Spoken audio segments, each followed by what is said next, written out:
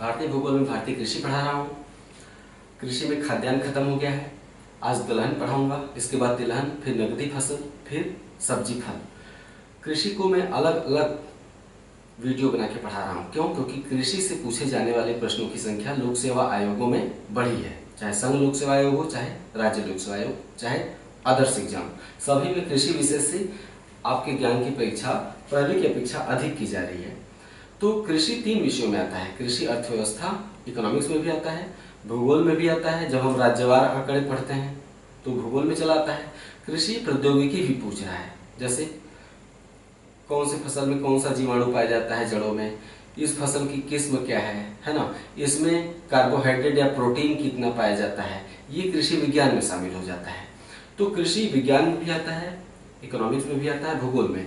कृषि अर्थव्यवस्था में इकोनॉमिक्स में पढ़ाऊंगा। इकोनॉमिक्स में कृषि अर्थव्यवस्था अलग से चैप्टर होगा, लेकिन कृषि का भूगोल और कृषि का विज्ञान यह मैं साथ साथ लेकर चल रहा हूँ, ताकि फसलों के संदर्भ में कोई भी क्वेश्चन जो आपसे पूछा जाए वो न छूटे। एक साथ समेकित कर दे रहा हूँ, तो इस पर ध्यान दीजिएगा। दलहनी फसलें, उनका भूगोल और इनका विज्ञान एक साथ आइए पढ़ लेते हैं। दलहनी फसलें चाहे अरहर हो, चना हो, मटर, मसूर, सोयाबीन, उड़द, मूंग, ये दलहनी फसलें लेग्यूमिनेसी कुल की फसलें हैं। लेग्यूमिनेसी कुल की प्रमुख विशेषता ये होती है कि इनकी फसलों की जड़ों में राइजोबियम, इनकी फसलों की जड़ों में ग्रंथियां पाई जाती हैं। इन ग्रंथियों में राइजोबियम नामक जीवाणु सहजीवन करता है। सहजीवन मतलब दोनों का जीवन का संबंध है, कुछ लेता है और कुछ देता है, तो सहजीवन करता है। कैसे? राइजोबियम नामक जीवाणु वायुमंडलीय नाइट्रोजन का मिट्टी में स्थिरीकरण करके मिट्टी को नाइट्रेट की आपूर्ति करता है। वायुमंडलीय नाइट्रोजन को मिट्टी में नाइट्रेट में तब्दील कर देता है। इस तरह से मिट्टी को नाइट्रेट प्रदान करता है, ठीक है। और इस प्रकार से मिट्टी में नाइट्रेट की मात्रा बढ़ाकर जो दलहनी फसलें होती हैं मिट्टी की उर्वरता को बढ़ाती हैं, ठीक है। दलहनी फसलें मिट्टी की उर्वरता को बढ़ाती हैं। अन्य फसलें क्या करती हैं? मिट्टी से पोषक मान चुरा लेती हैं, है ना। एक फसल लगाने के बाद मिट्टी में उपजाऊपन, उसकी पोषण क्षमता बहुत घट जाती है, जैसे धान लगा दिया या गन्ना लगा दिया। लेकिन दलहनी फसलें लगाने के बाद मिट्टी की पोषण मान बढ़ जाती है, घटती नहीं है। क्यों? क्योंकि इनकी जड़ों में जो जीवाणु पाया जाता है ग्रंथियों में, वो वायुमंडलीय नाइट्रोजन को लेकर नाइट्रेट में तब्दील कर देता है, और नाइट्रेट फसलों के लिए बहुत ही आवश्यक होता है।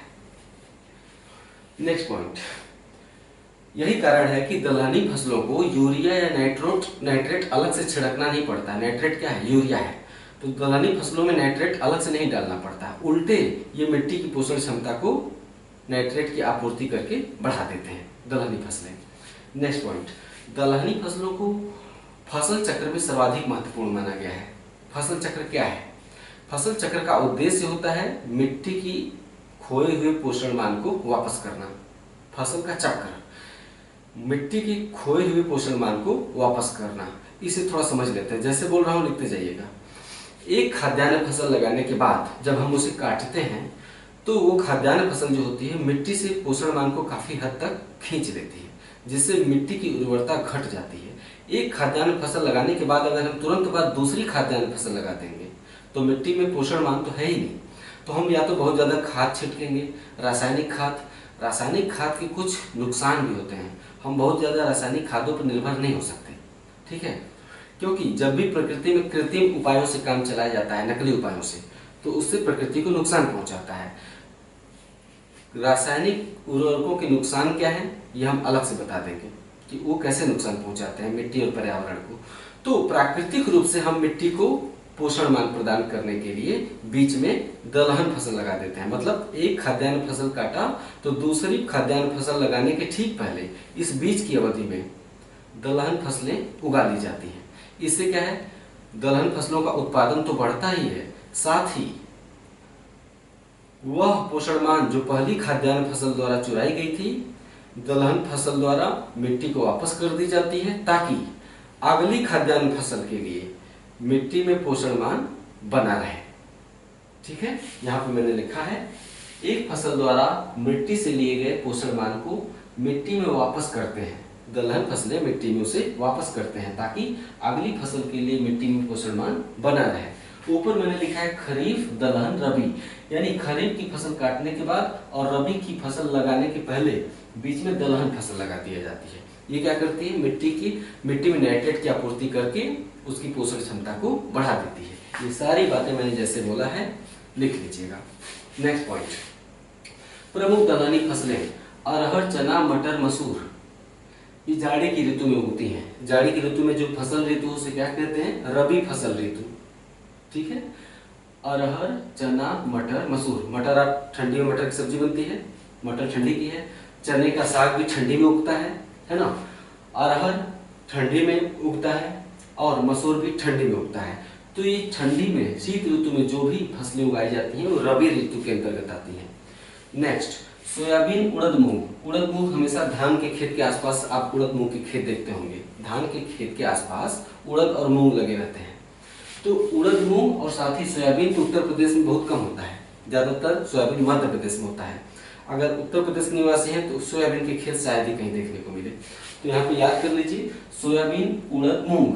जबकि मध्य प्रदेश के विद्यार्थी जो यहाँ पे हैं अभ्यर्थी भली भांति जानते होंगे कि सोयाबीन है ना, मध्य प्रदेश चूंकि वहाँ पे सबसे ज्यादा सोयाबीन होगा, तो जो एमपी के अभ्यर्थी हैं वो भली भांति समझ रहे होंगे कि सोयाबीन ठंडी के दिनों में, सॉरी बरसात की ऋतु में, मानसून काल में अर्थात खरीफ फसल ऋतु में बोया जाता है। मानसून काल में जब वर्षा होती है तो सोयाबीन, मूंग, उड़द और लोबिया ये खरीफ ऋतु में उगाया जाता है। ठीक है, इसके अलावा जो सोयाबीन, मूंग और उड़द है, लोबिया को छोड़ दीजिए, सोयाबीन, मूंग और उड़द खरीफ में तो उगाया ही जाता है, जायद ऋतु में भी उगाया जाता है अर्थात ग्रीष्म ऋतु में, मार्च से लेकर जून तक।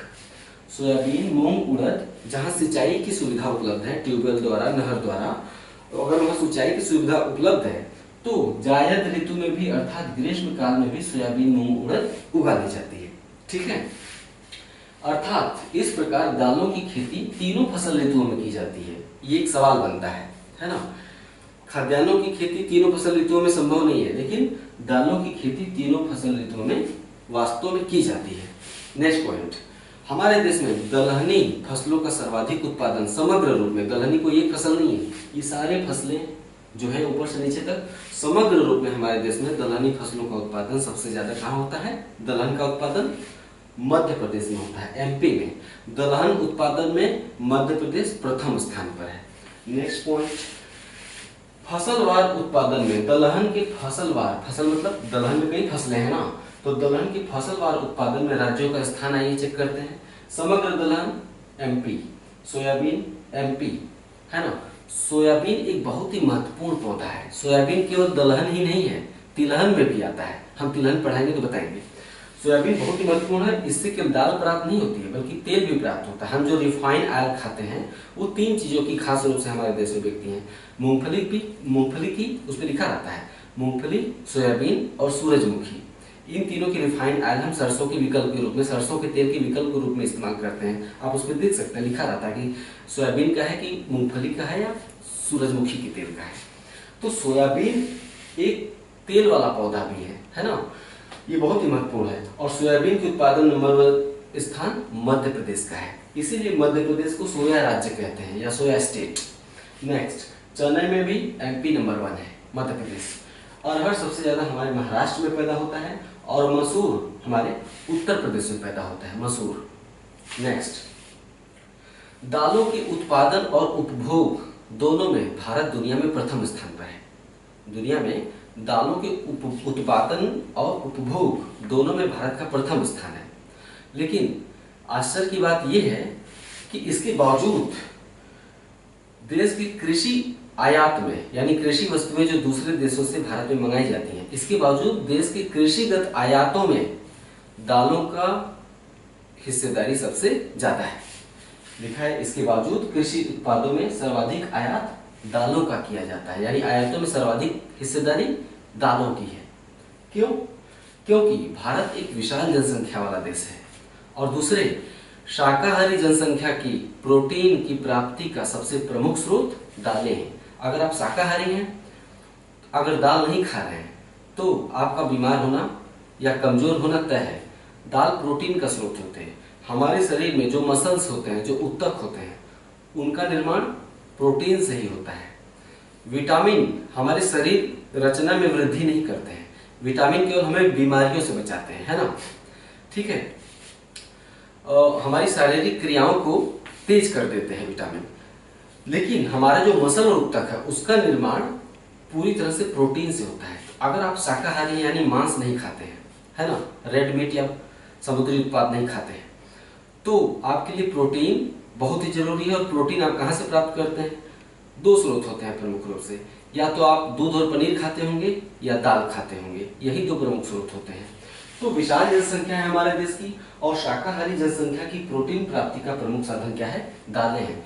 इसलिए हमारे देश में दाल की खपत बहुत ज्यादा होती है, इसीलिए दाल का हमारे देश में आयात करना पड़ता है। इसके बावजूद कि भारत दुनिया में सबसे ज्यादा दाल का उत्पादन करता है ना। इसीलिए दाल की कीमत रह रह के बहुत ज्यादा बढ़ जाती है, इस पर राजनीति भी होती रहती है ना। दाल पिछले साल की शायद बात है ना, दाल की कीमत चली गई थी 150-200 रुपया प्रति किलो तक। तो सवाल सरकार पर सवाल उठाया जा रहा था कि गरीब दाल कैसे खाएगा। अब समझ में आया कि राजनीति क्यों हो रही थी, क्योंकि गरीब के लिए प्रोटीन का स्रोत है दाल। अगर गरीब के लिए दाल महंगा हो जाएगा तो जिंदा कैसे रहेगा, है ना, कमजोर हो जाएगा फिर। नेक्स्ट पॉइंट, दलहन फसलों में सबसे ज्यादा प्रोटीन सोयाबीन में पाया जाता है। दलहन फसलों में भी सबसे ज्यादा प्रोटीन सोयाबीन में पाया जाता है। याद रखिएगा, याद होगा, आप जानते हैं इस बात को। ऐसे प्रोटीन सबसे ज्यादा मछलियों में पाया जाता है। अगर आप सी फूड के शौकीन हैं तो जान लीजिए सबसे ज्यादा प्रोटीन मछलियों में पाया जाता है ना, सोयाबीन से भी ज्यादा। लेकिन दलहन में सबसे ज्यादा प्रोटीन सोयाबीन पाया जाता है। सोयाबीन में 40% प्रोटीन और 20% तेल पाया जाता है। ठीक है, नेक्स्ट पॉइंट, विश्व में सोयाबीन का सर्वाधिक उत्पादक देश यूएसए है। सर्वाधिक सोयाबीन का उत्पादन कहाँ होता है? यूएसए में होता है। उसके बाद यूएसए मतलब संयुक्त राज्य अमेरिका, उसके बाद ब्राजील में उत्पादन होता है। ठीक है, नेक्स्ट पॉइंट, भारत में सबसे ज्यादा उत्पादन मध्य प्रदेश में होता है, जैसा कि पहले बताया। नेक्स्ट पॉइंट, दलहनी फसलों में सबसे ज्यादा उत्पादन भारत में किसका होता है? भारत में दलहनी फसलों में, जो इतनी सारी दलहनी फसलें हैं, इनमें सबसे ज्यादा उत्पादन भारत में सोयाबीन का ही होता है। नेक्स्ट पॉइंट, अब कुछ महत्वपूर्ण किस्में हैं दलहन की। हालांकि दलहन या अनाज या नकदी फसलें या फल सब्जी, इनमें जो महत्वपूर्ण किस्में हैं उनकी एक अलग लिस्ट बना दूंगा। लेकिन चूंकि दलहन पढ़ा रहा हूँ तो कुछ महत्वपूर्ण किस्में जो बार बार पूछी जाती हैं या संभावना है, उनको यहाँ मैंने लिखवा दिया है। आशा अरहर की लोकप्रिय किस्म है, अरहर की लोकप्रिय किस्म है आशा। अपर्णा मटर की एक पत्ती विहीन किस्म है, एक मटर का पौधा जिसमें पत्ती ही नहीं होती, केवल मटर उगता है, अपर्णा। सम्राट चने की लोकप्रिय किस्म है। गरिमा मटर की एक किस्म है। ठीक है, गरिमा मटर नहीं, गलत लिख दिया है, मसूर। गरिमा मसूर की एक किस्म है। ये हो गया दलहनी फसलें। ठीक है, इसके बाद हम अगले वीडियो में तिलहन और नकदी फसलें पढ़ेंगे। ठीक है, ऐसे ऐसे करके बारी बारी कृषि खत्म होगा और बहुत बढ़िया से खत्म हो जाएगा, संपूर्ण तैयारी हो जाएगी आपकी कृषि में। एक रिक्वेस्ट है कि मेरे वीडियो को डाउनलोड आप करते हैं, शौक से करिए, क्योंकि पढ़ने के लिए आप हमेशा तैयार नहीं रहते हैं। आपको एक निश्चित समय चाहिए जब आप टेबल कुर्सी पर बैठ के नोट बनाएंगे। ऐसा तो है नहीं कि मैं सुबह 10 बजे वीडियो डाला, आप 10 बजे पढ़ने बैठ जाएं। मैं जानता हूँ आपका पढ़ने का एक समय होता है, उसी समय आप उसे पढ़ना चाहते हैं, मेरे वीडियोस को देखना चाहते हैं, उसे नोट्स बनाना चाहते हैं। ठीक है, डाउनलोड करिए। लेकिन एक छोटा सा रिक्वेस्ट ये है कि डाउनलोड करने से पहले मेरे वीडियोस को थोड़ी देर यूट्यूब पर ऑनलाइन इंटरनेट के द्वारा देख लिया करिए, प्ले करके ऑनलाइन देख लिया करिए। इससे मुझे ये पता चलेगा कि कितने लोग व्यू कर रहे हैं। अगर सभी लोग, कल्पना करिए, सभी लोग डाउनलोड सिर्फ कर रहे हैं और व्यू न करें, तो मुझे पता कैसे चलेगा कि मैं कौन सा महत्वपूर्ण काम कर रहा हूँ, उसका संदेश कितने लोगों तक पहुंच रहा है और लाभ कितने लोग ले रहे हैं। तो मैं अगर पढ़ा सकता हूँ रात में 3 बजे खड़ा होके, तो आप जो है कि मेरे वीडियो को थोड़ी देर ऑनलाइन यूट्यूब पर व्यू कर सकते हैं। कृपया करके आप मेरे वीडियोस को अगर डाउनलोड कर रहे हैं तो करिए, लेकिन थोड़ी देर उससे पहले व्यू कर लिया करिए। इससे मुझे पता चलेगा कि कितने लोग व्यू कर रहे हैं, है ना, मेरे मोटिवेशन के लिए। आप कहते हैं कि मैं मोटिवेट करता हूँ, तो आप भी मुझे मोटिवेट करते हैं, लेकिन इसी श्रृंखला में एक काम और कर दीजिए कि आप मेरे वीडियोस को पहले यूट्यूब पर व्यू कर लिया करिए। ओके, और हाँ, अगर अब तक सब्सक्राइब नहीं किया है तो चैनल को सब्सक्राइब जरूर कर लीजिए, ये आप ही के लिए अच्छा है। इससे डेली के डेली आपको मेरे वीडियोस मिल जाया करेंगे, एक नोटिफिकेशन भी चला जाया करेगा, है ना। ठीक है, नमस्कार।